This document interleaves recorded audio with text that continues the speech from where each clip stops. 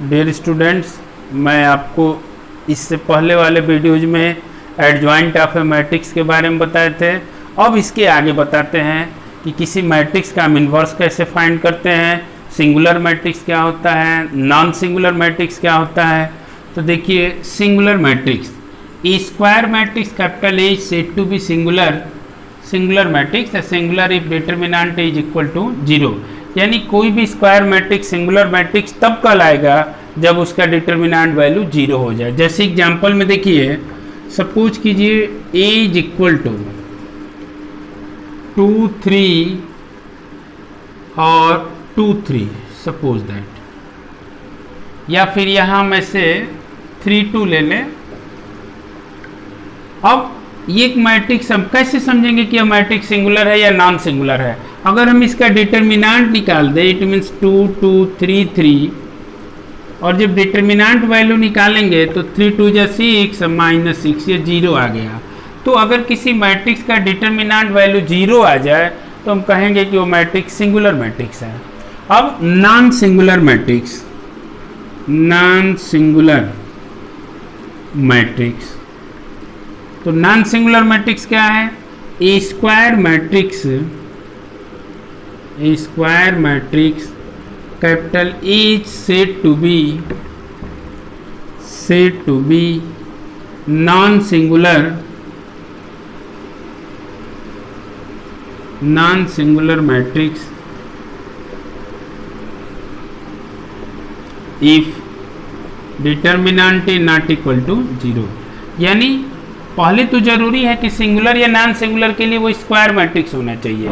कोई भी matrix singular होगा या नॉन सिंगुलर होगा तो उसके लिए जरूरी है कि वो स्क्वायर मैट्रिक्स होना चाहिए। तो सिंगुलर तो बता दिए, जिसकी डिटरमिनेंट वैल्यू 0 हो जाए वो सिंगुलर मैट्रिक्स होगा। लेकिन square matrix capital A said to be non singular matrix if determinant is not equal to 0। यानी अगर किसी भी मैट्रिक्स की डिटरमिनेंट वैल्यू 0 के बराबर ना हो तो हम कहेंगे कि वो नॉन सिंगुलर मैट्रिक्स है। अब जैसे एग्जांपल बताते, suppose that A is equal to 3 2 4 5, ये हो गया। अब जब हम इसका डिटरमिनेंट वैल्यू निकालेंगे, यानी 3 2 4 5, तो ये हो जाएगा 5 3 जा 15 माइनस 8, यानी ये 7 हो गया, नॉट इक्वल टू 0 आ गया। तो जब ये 0 के बराबर नहीं आया, इसका मतलब कि यह नॉन सिंगुलर मैट्रिक्स हो गया। तो अब आप लोग समझ गए होंगे कि सिंगुलर मैट्रिक्स क्या होता है और नॉन सिंगुलर मैट्रिक्स क्या होता है। सिंगुलर मैट्रिक्स का मतलब जिस मैट्रिक्स की डिटरमिनेंट वैल्यू 0 आ जाए सिंगुलर मैट्रिक्स होगा। नॉन सिंगुलर मतलब जिस मैट्रिक्स की डिटरमिनेंट वैल्यू 0 न आए उसको हम लोग नॉन सिंगुलर मैट्रिक्स कहेंगे। अब एक ये भी ध्यान रखेंगे, सिंगुलर या नॉन सिंगुलर के लिए हमेशा वो मैट्रिक्स स्क्वायर होना चाहिए। इट मीन्स उसका आर्डर सेम होना चाहिए, नंबर ऑफ रो और कॉलम सेम होने चाहिए। अब देखिए इन्वर्टिबल मैट्रिक्स। इन्वर्टिबल मैट्रिक्स क्या होता है? A square matrix capital A said to be invertible if and only if A is non singular. यानी कोई भी स्क्वायर मैट्रिक्स इन्वर्टिबल मैट्रिक्स तब कहलाएगा जब वो नॉन सिंगुलर हो। यानी किसी भी मैट्रिक्स का इन्वर्टिबल होना, इट मीन्स उसका इन्वर्स होना तभी पॉसिबल है जब वो नॉन सिंगुलर हो। नॉन सिंगुलर का मतलब that is determinant is not equal to 0। अब अगर वो इन्वर्टिबल है, इसका मतलब हम उसका इन्वर्स फाइंड कर सकते हैं। कोई भी मैट्रिक्स अगर इन्वर्टिबल मैट्रिक्स है तो हम उसका इन्वर्स फाइंड कर सकते हैं। तो जब इन्वर्स फाइंड करेंगे तो A inverse is equal to, suppose that A अगर स्क्वायर मैट्रिक्स है तो उसका इन्वर्टिबल, इट मीन्स उसका इन्वर्स उस मैट्रिक्स का एडजॉइंट ए अपान में डिटरमिनेंट ए। तो इस तरह से हम किसी मैट्रिक्स का इन्वर्स फाइंड करते हैं। लेकिन किसी मैट्रिक्स का इन्वर्स हम तब फाइंड करेंगे जब वो नॉन सिंगुलर हो। अगर मैट्रिक्स नॉन सिंगुलर नहीं है तो हम उस मैट्रिक्स का इन्वर्स फाइंड नहीं कर सकते हैं, वो इन्वर्टिबल मैट्रिक्स नहीं हो सकता है। और अगर नॉन सिंगुलर है तो उसका इन्वर्स हम इसी फार्मूले से फाइंड करेंगे, A inverse is equal to adjoint A upon में डिटरमिनेंट ए। चलिए हम आपको एक क्वेश्चन बताते हैं इससे रिलेटेड। अब देखिए क्वेश्चन है, find the inverse of the matrix. ये दिया है A is equal to 2 minus 3 3 2 2 3 3 minus 2 और 2।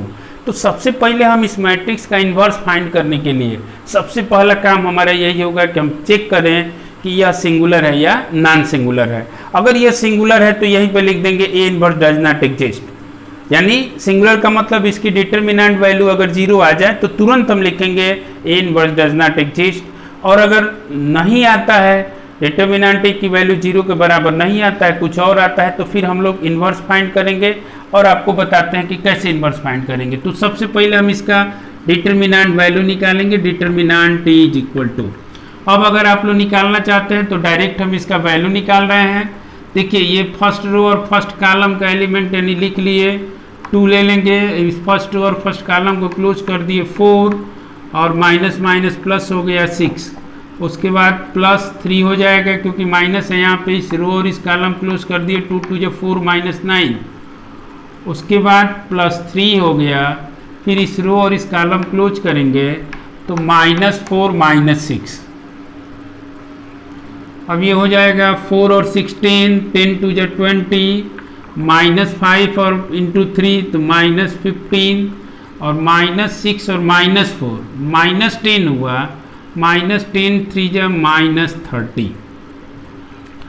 तो अब ये हो जाएगा, देखिए फिर से 2 2 2 जो 4 प्लस 6 माइनस 3 ले लिए, माइनस फार्मूले में होता है, प्लस हो गया 2 2 जो 4 माइनस 9, फिर प्लस 3 हो गया, ये और ये क्लोज, माइनस 4 माइनस 6। ठीक है, तो 20 और 15 5 हुआ और माइनस 30 यानी माइनस 25 हो गया डिटरमिनेंट ए की वैल्यू। यह 0 के बराबर नहीं आया तो हम लोग यहाँ से अब इनवर्स फाइंड करेंगे 0 के बराबर। अब हम लोग जानते हैं कि A inverse is equal to adjoint A upon में डिटरमिनेंट है। डिटरमिनेंट ए तो निकाल दिए, हमको एडजॉइंट निकालना है, तो एडजॉइंट निकालने के लिए अब हमको a11 a12 a13 सब निकालना पड़ेगा। तो a11 निकालते हैं, -1 का पावर 1 + 1, इस रो और इस कॉलम क्लोज कर दिए 4 + 6, ये 1 हो जाएगा, 1 × 10 यानी 10 आ गया। a12 -1 का पावर 1 + 2, फर्स्ट रो और सेकंड कॉलम को क्लोज कर दिए 2 2 जो 4 -9, 4 - 9 यानी -1 × -5 तो यह +5 हो गया। a13 -1 का पावर 1 + 3, फर्स्ट रो और third column, first row third column तो -4 -6। अब ये हो जाएगा 1 × -10 यानी ओवरऑल -10 हो गया। अब a21 सेकेंड रो और फर्स्ट कॉलम -1 का power 2 + 1, second row first column, अब 3 2 जो 6 यानी -6 और +6 हो जाएगा, -6 + 6 यानी 1 × 0 तो यह 0 हो गया। फिर a22 -1 का power 2 + 2, second row second column तो 2 2 जो 4 -9 यह 1 हो जाएगा और -5 यानी -5 आ गया। फिर a23 -1 का power 2 + 3, second row third column, second row third column तो -4 अब +9 हो जाएगा, यानी -1 × 5 ओवरऑल -5 हो गया। अब a31 तो -1 का power 3 + 1, third row first column, third row first column -9 -6, -9 -6 ये 1 हो जाएगा और ये -15 होगा ओवरऑल -15। a32 तो -1 का पावर 3 + 2 यानी third row second column, third row second column तो 3 2 जो 6 -6, थर्ड रो सेकेंड कॉलम 6 -6 तो ये -1 × 0 तो 0 हो गया। अब लास्ट a33 -1 का power 3 + 3, third row third column, third row third column 2 2 जो 4 + 6 यानी यह हो गया 1 × 10 ओवरऑल 10 हो गया। अब सब हम लोग निकाल लिए तो एडजॉइंट इज इक्वल टू हम लोग जानते हैं a11 a12 a13 a21 a22 a23, तो सबका वैल्यू क्रम से रखेंगे। a11 10 आ गया, 5 आ गया, -10 आ गया, उसके बाद 0 -5 और -5 फिर -15, 0 और 10 हो गया इसका ट्रांसपोज। अब हम रो को कॉलम में और कॉलम को रो में चेंज करेंगे, यानी 10, 5, -10, 0, -5, -5, -15, 0 और 10। ऐसे रो को कॉलम में और कॉलम को रो में चेंज कर दिए। यह एडजॉइंट हो गया। अब हम लोग जानते हैं A inverse is equal to adjoint A upon में डिटर्मिनेंट A, यानी 1 अपान डिटर्मिनेंट A की वैल्यू -25 आया है, तो -1/25। अब यह हो गया 10, 0, -15, 5, -5, 0 और -10, -5 और 10। अब हम डिवाइड कर देंगे इसमें। देखिए हम चाहें तो -5 से सब में डिवाइड कर देंगे, तो जब डिवाइड करेंगे तो यह 1/5 हो जाएगा। यहाँ डिवाइड करेंगे -2 होगा, ये 0 ही रहेगा, यह 3 हो जाएगा, 5 3 या 15। यहाँ पे अगर हम -5 से डिवाइड करेंगे तो -1 होगा, 1 होगा, यह 0 ही रहेगा।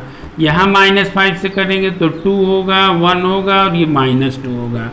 इस तरह से हम A इनवर्स फाइंड करते हैं, और A इनवर्स हम इस तरह से किसी मैट्रिक्स का A इनवर्स फाइंड करते हैं।